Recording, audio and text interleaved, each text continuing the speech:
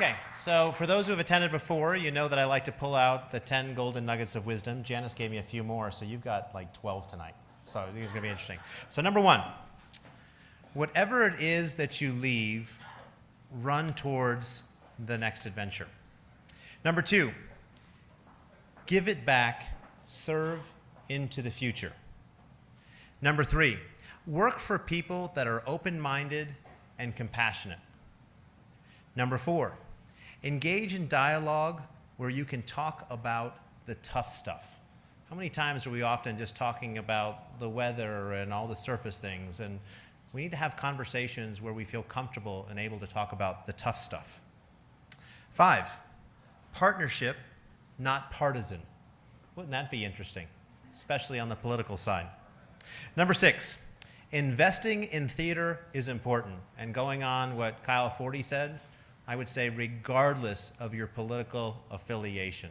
To me, this is a human issue, and these are human stories that are being told on stage. Number seven, take a hard look at understanding your community. What is your community? In the workplace, at home, out in the world? What is your community?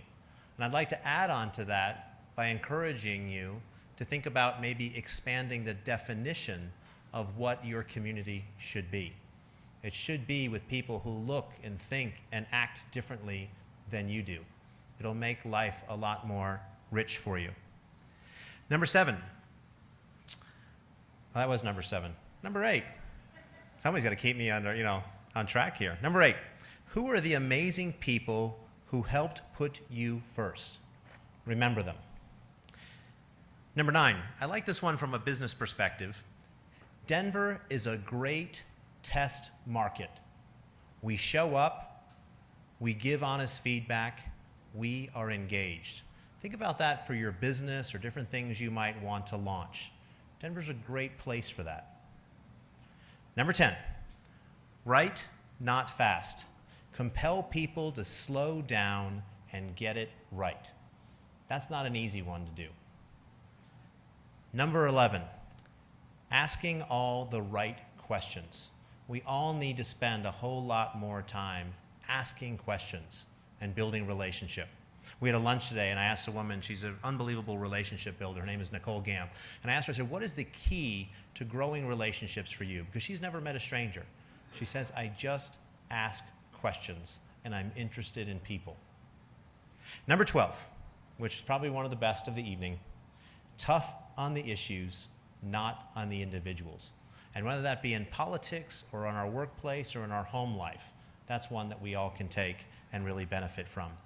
We've got some phenomenal upcoming speakers. On May 25th, we have Pete Coors, chairman of Miller Coors. On June 8th, we have Joe Ellis, chairman and president and CEO of the Denver Broncos.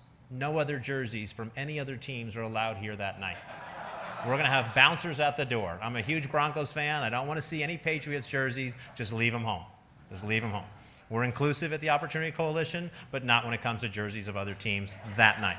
Want to be clear? Okay. Good. There.